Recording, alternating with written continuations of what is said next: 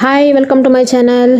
ఎంతో క్రిస్పీగా స్పైసీగా రసంలోకి పప్పులోకి సైడ్ డిష్గా ఉండే అందరికీ ఇష్టమైన పొటాటో ఫ్రై చాలా సింపుల్గా 2 మినిట్స్లో ఎలా చేయాలో చూద్దాం రండి.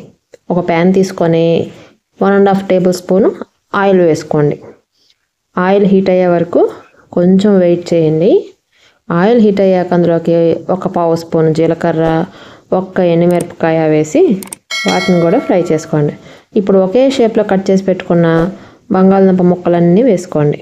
వీటన్నిటిని కూడా చక్కగా కదుపుకుంటూ ఫ్రై చేసుకోండి. ఇవి గోల్డెన్ కలర్ వచ్చే వరకు ఫ్రై చేసుకుంటే సరిపోతుంది. చూసారా, ఇలా గోల్డెన్ కలర్ వచ్చిన తర్వాత కుక్ అయిందో లేదో చెక్ చేసుకుంటూ ఉండండి. 50% కుక్ అవ్వాలి.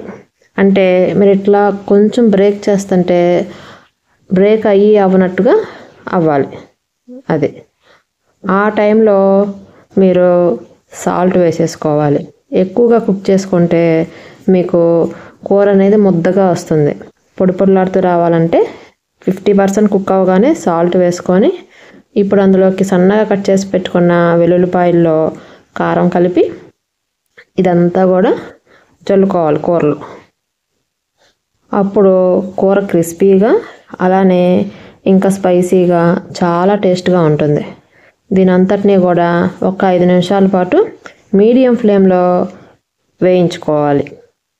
ఇలా వేయించుకుంటే ఉప్పు కారం ముక్కలకి బాగా పట్టి మిగిలిన 50% కూడా కుక్ అయ్యి చాలా టేస్ట్గా ఉంటుంది. దీనికి కొంచెం కొత్తిమీర యాడ్ చేసి కాస్త ఇలా కలుపుకొని సైడ్ డిష్గా రసం పక్కన కానీ పప్పు పక్కన కానీ పెట్టుకొని తింటే చాలా అద్భుతంగా ఉంటుందండి.